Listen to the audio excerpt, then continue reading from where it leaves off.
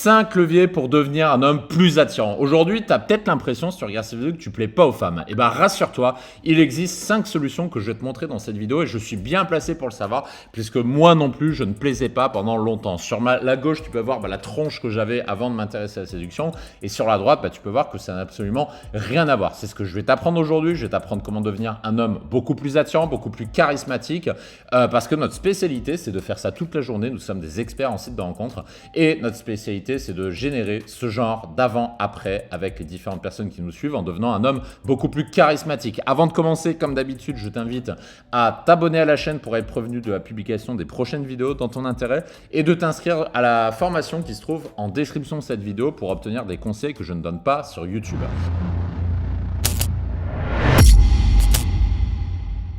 La première chose à faire tout de suite, c'est de soigner ton dress code, chose que trop peu de mecs font malheureusement, parce que ta façon de t'habiller en dit long sur ton pouvoir d'attraction et sur qui tu es. Et ça, c'est souvent négligé par les hommes. Pourquoi? Parce que juste réfléchis 2 secondes. Les femmes, tu le sais peut-être ou pas, si tu le sais pas, je te l'apprends, elles se donnent beaucoup plus de mal que nous les hommes pour choisir leur tenue. Et nous les hommes, on s'imagine que tiens, vas-y, je m'habille le matin, je prends la première chemise qui me tombe dans le bras, je tombe le premier t-shirt, je prends le premier pantalon. Non, désolé, ça ne suffit pas, c'est une grossière erreur. C'est générateur de faute de goût.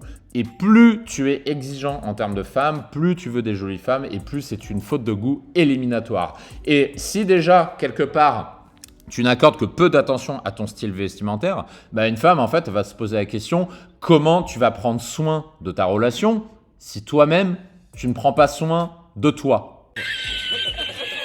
Et oui. Donc, il faut penser à ça. Et si tu ne prends pas soin de toi, typiquement, ton manque d'effort, il va se ressentir et ça va créer de la distance entre une femme et toi.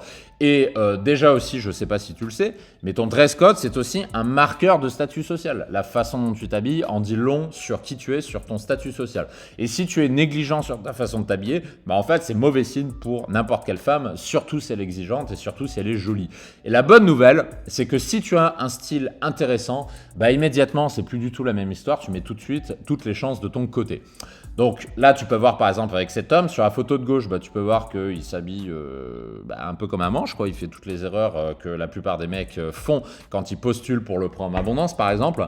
Et sur la photo de droite, tu peux voir qu'il est beaucoup plus attirant. On a un dress code qui est viril, qui est fit, avec des vêtements qui fit au corps, avec une association de couleurs qui est judicieusement choisie, ce qui montre un certain goût finalement, alors que sur la photo de gauche, je te laisse imaginer si avec ce dress code là il se retrouve face à une 10 sur 10, comme tu le devines, il va pas tenir longtemps. Et oui. Même chose ici, sur la tenue de gauche, ça c'est la tenue de geek typiquement. Donc comment veux-tu espérer attirer une femme comme ça? Et sur la photo de droite, tu veux voir que c'est plus du tout le même style et que c'est un homme absolument élégant et charismatique. Même chose ici, sur la photo de gauche, là c'est un mix de tout et n'importe quoi. Et sur la droite, là on a quelque chose de beaucoup plus harmonieux, de beaucoup plus élégant. Et ça, c'est la première chose que tu peux faire pour devenir plus attirant aux yeux des femmes. Et si tu souhaites en savoir plus, même chose, je te renvoie au lien qui se trouve en description de cette vidéo pour aller plus loin sur le développement de ton charisme. L'étape numéro 2, ça va être de travailler ton langage corporel. Pourquoi c'est important? Parce que on dit toujours, ça c'est ce que j'entends toute la journée, pour être attirant aux yeux d'une femme, il suffit d'être beau gosse. Désolé, ça ne fonctionne pas comme ça. C'est une grosse erreur parce que je ne compte plus les hommes qui me contactent, qui se plaignent d'être célibataires alors qu'ils ne comprennent même pas pourquoi ils sont célibataires. Et en fait, souvent, ce n'est pas une question de physique, parce qu'on a déjà des clients qui sont très beaux physiquement. En fait, bien souvent, le problème, il vient du langage corporel, de la façon de te tenir, de la façon dont tu te tiens. La façon dont tenir, la position de la tête, tes épaules, ce que tu fais de tes mains, l'amplitude de ton corps. En fait, tout ça, ça renvoie des signaux à tes interlocuteurs, et notamment les femmes, les interlocutrices. Et si tu as un langage corporel de merde, comment espères-tu attirer une jolie femme? Évidemment, c'est pas possible. Ce qui nous amène au sujet numéro 3, qui est le charisme, l'autre arme de destruction massive pour attirer des femmes qui te plaisent. Contrairement à ce qu'on pense, avoir du charisme, ce n'est pas lié au physique. Regarde autour de toi, tu trouveras des hommes charismatiques alors qu'ils ont un physique passable, voire mauvais. On en connaît tous, on a tous des personnes qui ont du charisme dans notre entourage et qui pourtant ne sont pas jolies physiquement. Alors du coup, qu'est-ce que c'est le charisme, si c'est pas le physique, tu vas me demander? Et bien en fait, le charisme, c'est tout simplement l'alignement entre ta personnalité profonde et l'expression, c'est-à-dire ce que tu exprimes, ta façon de parler, ce que tu dis, etc. C'est l'alignement entre les deux. Et la bonne nouvelle, c'est que développer son charisme, ça s'apprend. Ça s'apprend en synchronisant ta personnalité profonde avec l'expression que tu as quand tu es en présence d'une femme. Et ça, typiquement, si tu n'arrives pas à le faire seul, c'est des choses qu'on enseigne notamment en coaching, notamment vis-à-vis du programme Abondance. Et là, tu peux le voir par exemple avec quelques témoignages clients, des clients qui disent « Je ne peux pas le croire, j'ai une dizaine de conversations qui se passent en même temps sur Adopt, sur Bumble, 2 invitations à venir chez elle pour un premier rendez-vous. Mardi dernier, j'étais chez Émilie. C'est rare de rencontrer une femme aussi généreuse dans le lit, etc. etc. » Ça, c'est le genre de résultat que tu peux avoir quand tu développes ton charisme.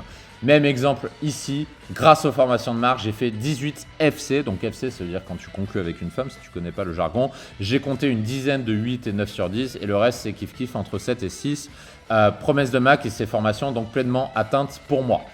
Et si tu souhaites avoir des résultats similaires, encore une fois, je te renvoie au lien qui se trouve en description de cette vidéo ainsi que sur les autres vidéos de la chaîne. Point numéro 4, souvent négligé par les hommes, le parfum haut de gamme. Pourquoi c'est important? Parce qu'en fait, on sous-estime tous, notamment chez les hommes, pas les femmes savent ce que ça veut dire, le pouvoir du parfum. Pire encore, combien de fois j'ai vu des mecs se contenter de parfums bas de gamme, comme des parfums comme Scorpio, Paco Rabanne, Axe, malgré tout le respect que j'ai pour ces marques-là, ce ne sont pas des parfums haut de gamme.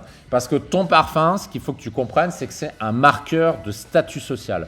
Et aux yeux d'une femme, ton choix de parfum, la marque que tu choisis, ça deviendra une marque de bon goût et de recherche personnelle. Parce que, évidemment, entre un homme qui met du Axe et un autre qui met du Tom Ford, qui met du Dior, c'est pas du tout la même chose. Le deuxième, évidemment, déjà, il sentira meilleur. Et puis surtout, c'est une marque de statut social beaucoup plus forte. 5e et dernier point, les chaussures. Encore une fois, trop souvent négligées par les hommes. Je vais t'apprendre quelque chose, mais est-ce que tu savais que les videurs de boîtes de nuit sont particulièrement attentifs aux chaussures? Moi, je le sais parce que j'ai été videur de boîte de nuit pendant un an quand j'étais dans le sud de la France, quand j'étais à Aix-en-Provence. Et bien, figure-toi que la première chose qu'on regarde avant d'accepter de faire entrer un mec ou pas, ce sont les chaussures. Et pourquoi je te dis ça? Pourquoi les chaussures, c'est si important? Parce que les femmes, elles sont aussi exigeantes que les videurs et parce que les chaussures, ça en dit long sur toi. Ça en dit long sur ta personnalité, ton statut social, ton niveau de vie, ton hygiène, la valeur que tu t'accordes à toi-même. Et la paire de chaussures, finalement, ça va sensiblement influencer ta valeur perçue. Entre si tu mets des sneakers troués et des chaussures à 400 €, des derbies lissées en cuir et qui sentent bon, je peux te dire que c'est pas du tout la même chose. Déjà, face à un videur de boîte de nuit, en fait, il va comprendre que tu as un statut social élevé, donc il va être beaucoup plus enclin à te faire rentrer. Et si tu rencontres une femme, elle va se dire, putain, ce mec-là, il déchire, ce mec-là, il doit avoir une vie intéressante, j'ai envie d'en savoir plus. Voilà pourquoi les chaussures, c'est si puissant en séduction. Et pour en savoir plus, je te renvoie aux différentes vidéos de la chaîne YouTube, ainsi que sur le lien qui se trouve en description de cette vidéo.